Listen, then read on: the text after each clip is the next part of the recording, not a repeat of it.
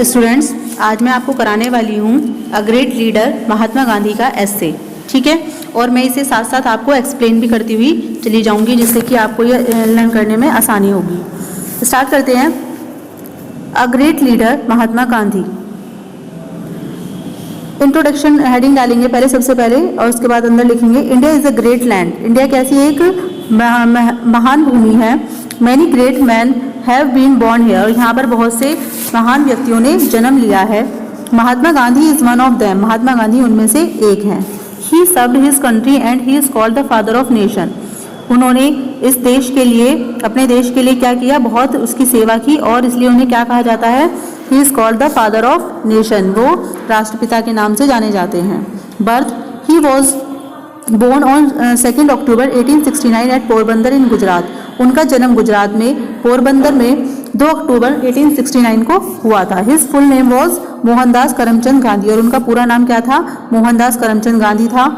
कबा Gandhi was his father and Putlibai was his mother. जो कबा गांधी है वॉज हिज फादर, उनके फादर थे, एंड पुतलीबाई उनकी मदर थी। She was a religious lady. वो कैसी थी, एक रिलीजियस लेडी थी।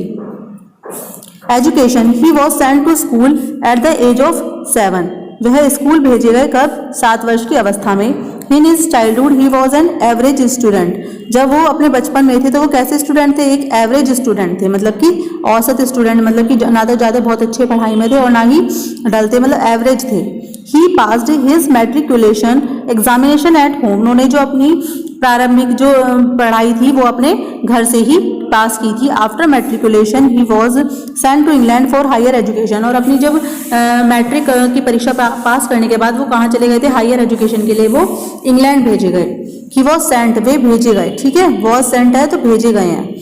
Practice as barrister. अब बैरिस्टर के रूप में उनकी जो प्रैक्टिस है, after completing his education in England, England में अपनी एजुकेशन को कंप्लीट करने के बाद he return as a barrister. वो किसके रूप में लौटे, बन के एक बैरिस्टर बनकर लौटे। He started his practice. उन्होंने अपनी प्रैक्टिस शुरू की, but he did not succeed much. लेकिन उन्हें बहुत ज़्यादा सफलता नहीं मिली। In South Africa, then he went to South Africa. तब वो कहाँ पर गए, फिर साउथ अफ्रीका में गए। There he saw the pitiable condition of the Indians. उन्होंने वहाँ पर क्या देखी, जो भारतीय थी उनकी बहुत दयनीय अवस्था को उन्होंने देखा। He gave up his practice. उन्होंने अपनी जो प्रैक्टिस थी उसको छोड़ दिया। एंड स्टार्टेड सत्याग्रह। और क्या शुरू कर दिया, सत्याग्रह आंदोलन शुरू कर दिया। He got great success. उन्होंने बहुत महान सफलता प्राप्त की। His fame spread far and wide. उनकी जो सफलता थी, प्रसिद्धि थी, वो दूर दूर तक फैल गई। अब आते हैं आगे। In India, then he came to India. तब वो इंडिया आए। And fought for the freedom of country. और हमारी जो कंट्री है उसकी आज़ादी के लिए लड़े। People called him the father of the nation. जो पीपल थे उन्हें क्या कहते थे, राष्ट्रपिता के नाम से जाना पुकारते थे। But only for a few years the country is becoming free. Only after a few, कुछ सालों के बाद, मतलब but only after a few years the country becoming free.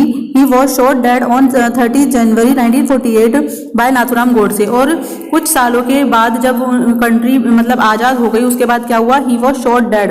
उन्हें गोली मार दी गई। किसके द्वारा, 30 जनवरी 1948 को नाथुराम गोडसे के द्वारा उनको गोली मार दी गई। Conclusion, today is no more. जो आज, वो आज नहीं है, but his ideals will ever show us the way he died so that his country might live. We will always remember him. Today he is no more. आज वो जबकि यद्यपि नहीं है, बट हिज आइडियल्स, उनके जो आदर्श हैं, will ever show us the वे। हमें क्या दिखाते रहेंगे, हमारे मार्ग को, हमें अपने मार्ग पर मतलब आगे प्रशस्त करते रहेंगे, हमें दिखाते रहेंगे। ही died so that his country might live. वह ही डाइड, वह इसलिए मरे क्योंकि हमारा जो देश है वो जीवित रह सके। We will always remember him. ये हम हमेशा, हमें उन्हें ये याद रखना चाहिए। हमें उनकी बातों को, उनके आइडियाज़ को याद रखना चाहिए। तो स्टूडेंट्स, आपको ये जो एस्से है ये आप अपनी नोटबुक में कंप्लीट कीजिएगा और मुझे ग्रुप में सेंड कीजिएगा। Thank you.